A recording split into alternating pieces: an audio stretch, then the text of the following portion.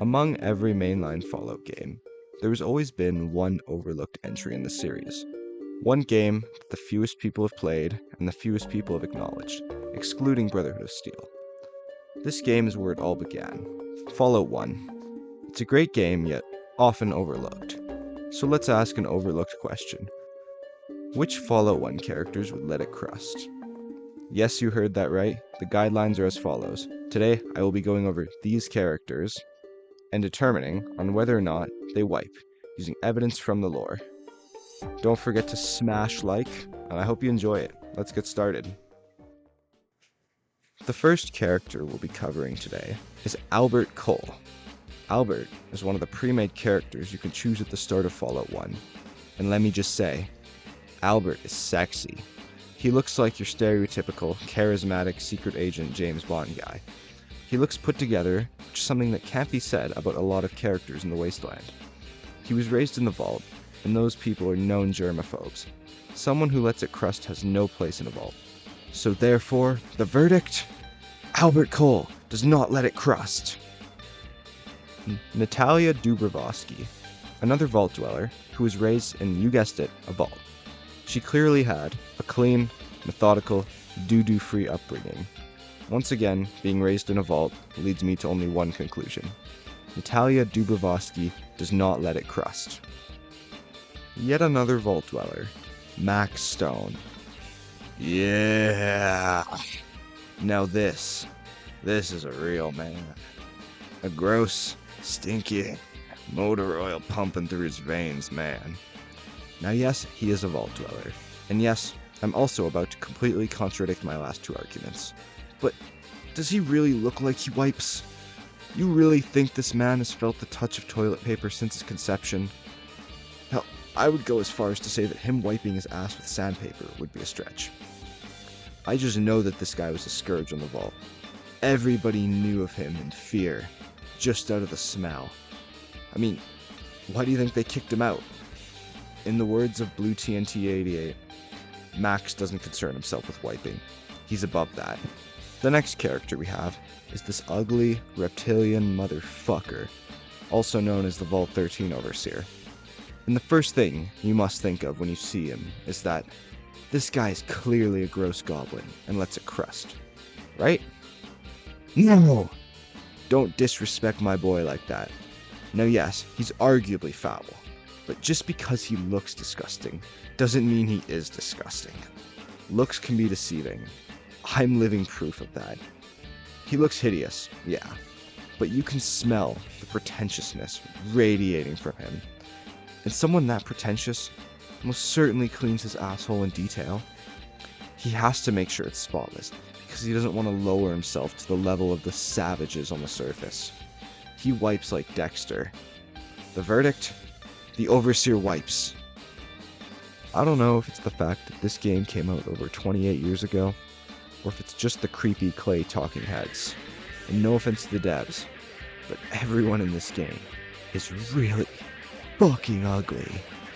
And Aradesh is no different. If we're going off of appearances, then it's really not looking good for our boy. He looks like he lets it crust, clearly.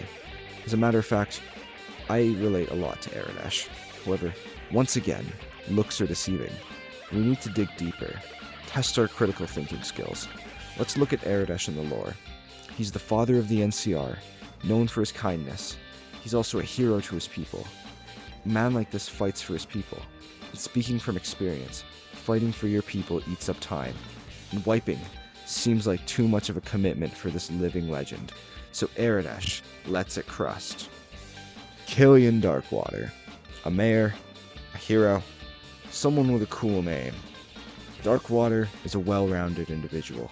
There's lots of angles to him, which makes him a difficult character to discuss.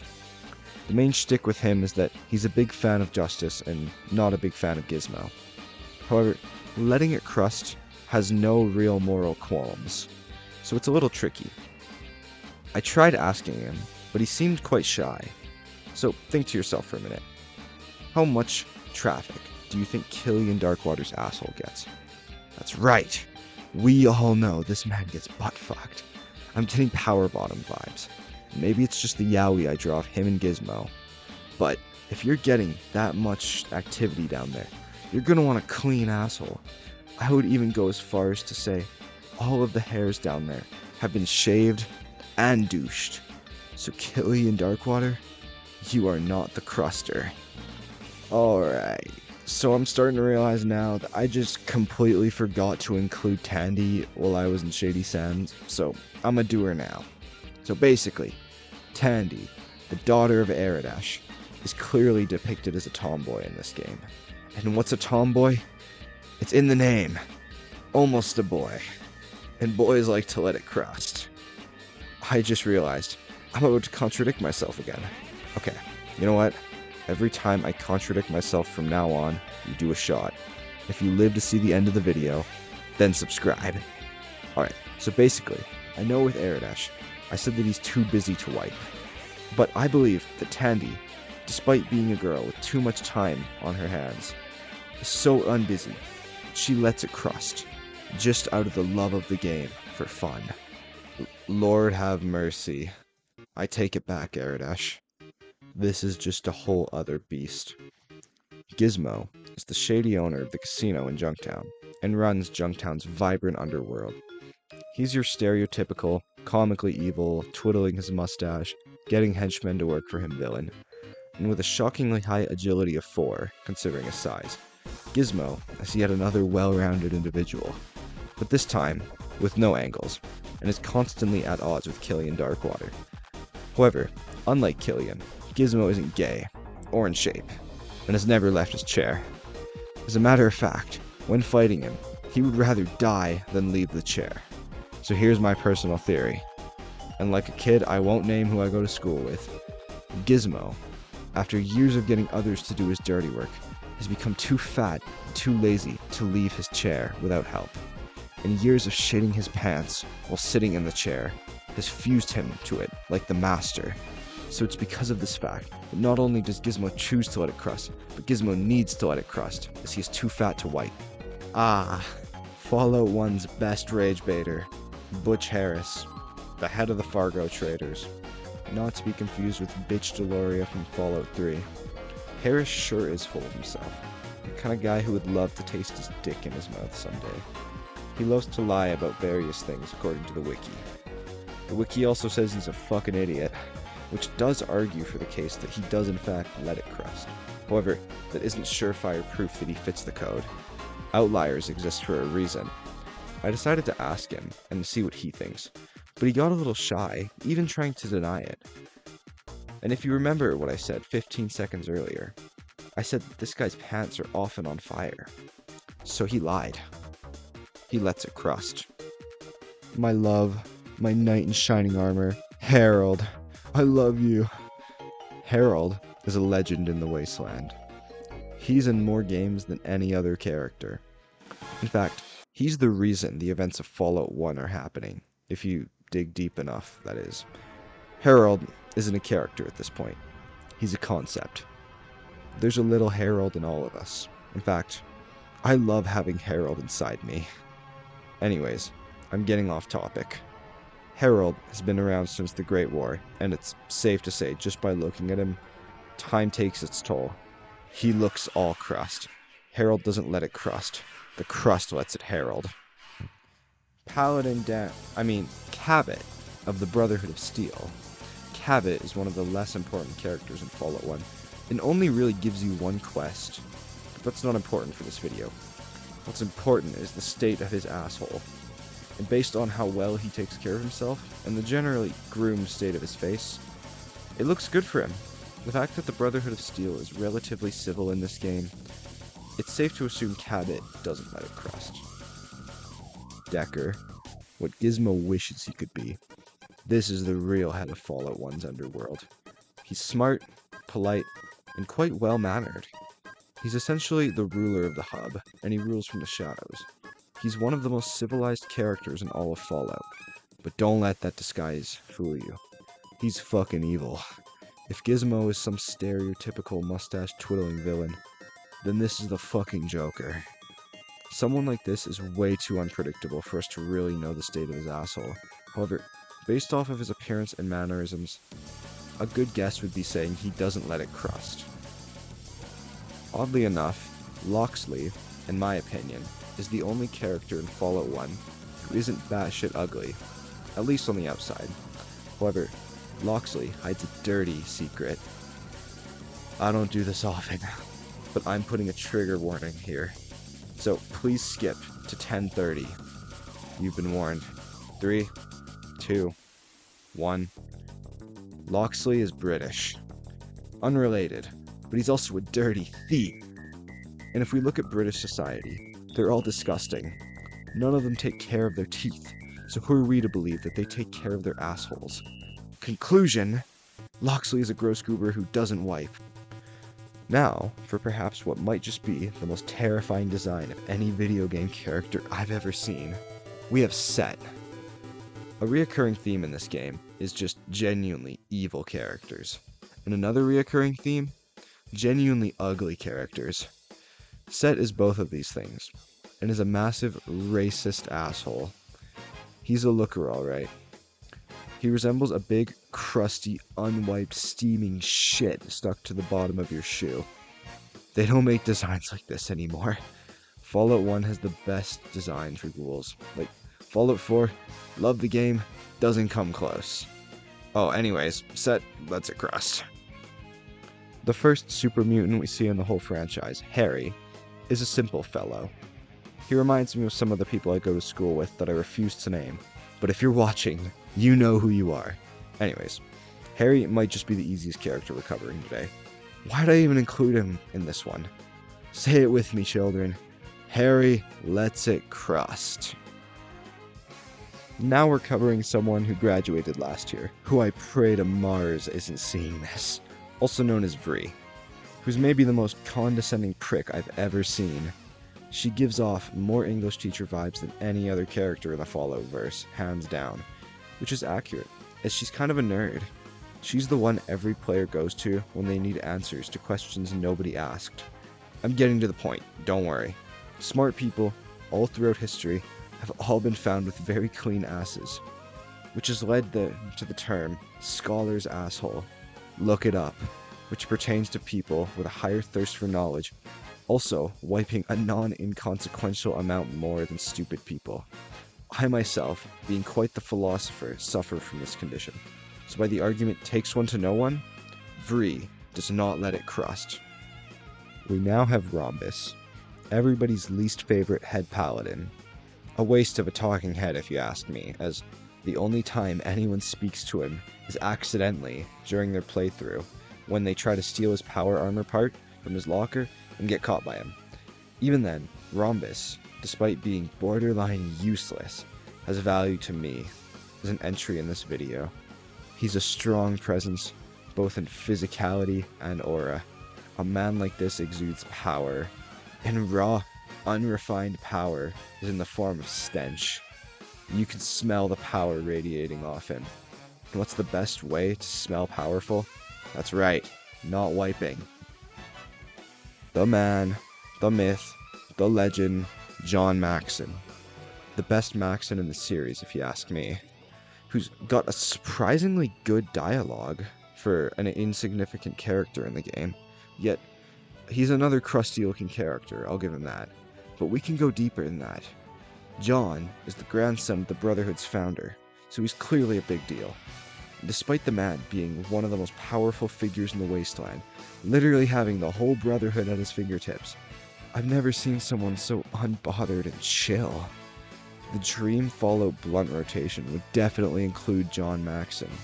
So overall, someone this chill wouldn't even bother himself with wiping. So John Maxon lets it crust. Nicole is what we in the business like to call a goth baddie. She works with the followers of the apocalypse, who are just the doctors of the Fallout verse, who are clean and well-kempt toilet paper hoarders, which really helps her case. If we look at the personality, then she clearly wipes. However, let's be so for real, looks are the only thing that matter, and based on the fact that she's a goth baddie, and I want her to sit on my face, out of hopes and dreams, I'm gonna say she wipes.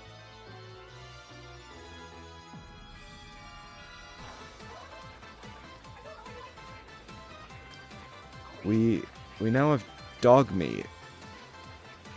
A dog without opposable thumbs. Whoever wrote this script, how did you think this was gonna go? It's a dog! To no one's surprise, he lets it crust. Jane is the first stupid member of the Children of the Cathedral, who are just a giant, big, dumb cult who worship the Master in this game. They all piss me off.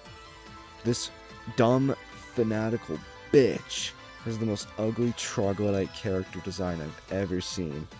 Like, you know how I mentioned she was in a cult? Well, last month, I heard from a guy selling drugs outside my local gas station. The people in cults are the scum of the earth, and almost always smell bad. But who was I to question him? He had a business, and I didn't. So based off of what the wise man once told me, we know Jane is smelly and lets it crust. But seriously, don't join cults. Another dirty Cathedral member in the form of Laura, except this time she isn't dirty because she's hot. As a matter of fact, if I wasn't a married man, I would do unspeakable things to my monitor because of her. I couldn't imagine the only character in this game that isn't hideous to do anything other than wipe. However, that's just her looks. And what really matters? Her insides. They don't really say much, as, dare I say, she's another waste of a talking head. She has like 3 lines of dialogue. My lead theory is that the only reason she has a talking head in this game is that Interplay is full of gooners. Anyways, Laura doesn't let it crust over the fact that she's the only character who doesn't look crusty. Morbius is the supposed leader of the Cathedral. Did you see the quotations I made? Because he's a fraud. This guy is just the Master's bitch. All he does in this game is please the Master in various ways. He looks really gross and disgusting, which I'm sure he is down there too. However, I have a theory. A game theory, if you will. I believe Morbius uses a bidet. You see, he needs to have a clean asshole for the Master to penetrate. So I believe, despite appearances, Morbius uses a bidet and doesn't let it crust. If you disagree, feel free to leave a mean comment. Now for, without question, the coolest fucking design in the franchise, Lieutenant. I really wish we saw more of him. The main villain of the game before you meet the Master, and he's actually hella threatening. He looks less crusty than Harry, and almost as terrifying as Set. And unlike both known crusters, Lieutenant is civilized. Dare I say, he might even wipe. Objection! Your Honor, Lieutenant is a clanker. Who are we to believe that he even has an asshole to let crust? Well, since this video could use some variety, and I don't really want to research, we're going to be doing a first in Noodle God history, and roll under the assumption that he is a cyborg, and therefore doesn't have an asshole to let crust. Oh boy, this is it. The White Whale. A man of many faces? The Master. One of the grossest designs in the whole franchise. He looks like a fleshlight Hydra that got pooped all over and developed a mind of its own. It's not even a question on whether or not the Master lets it crust. The real question is just how crusty.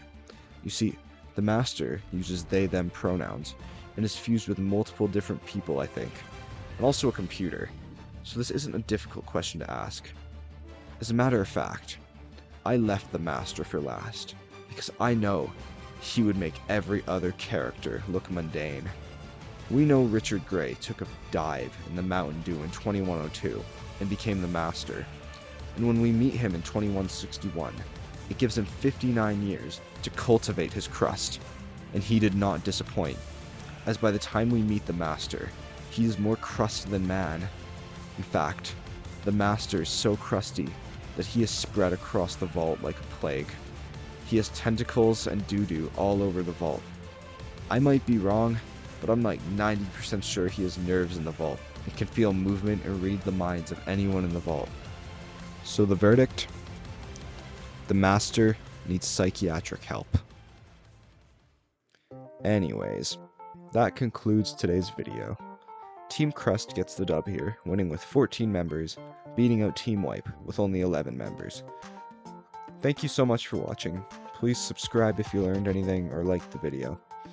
I would guilt trip all of you with the YouTube analytics of Doom, but alas, I don't have enough subscribers for that. But I assure you, when the real game begins, I will. If this video gets 10 likes, then I'll make this into a series and cover every mainline game in the franchise, and maybe some Elder Scrolls while I'm at it. If you have any video suggestions, please leave a comment, as if it isn't already apparent, 2 videos in, and I'm already running out of ideas. Anyways, God bless the Enclave, God bless America, Noodle God signing off.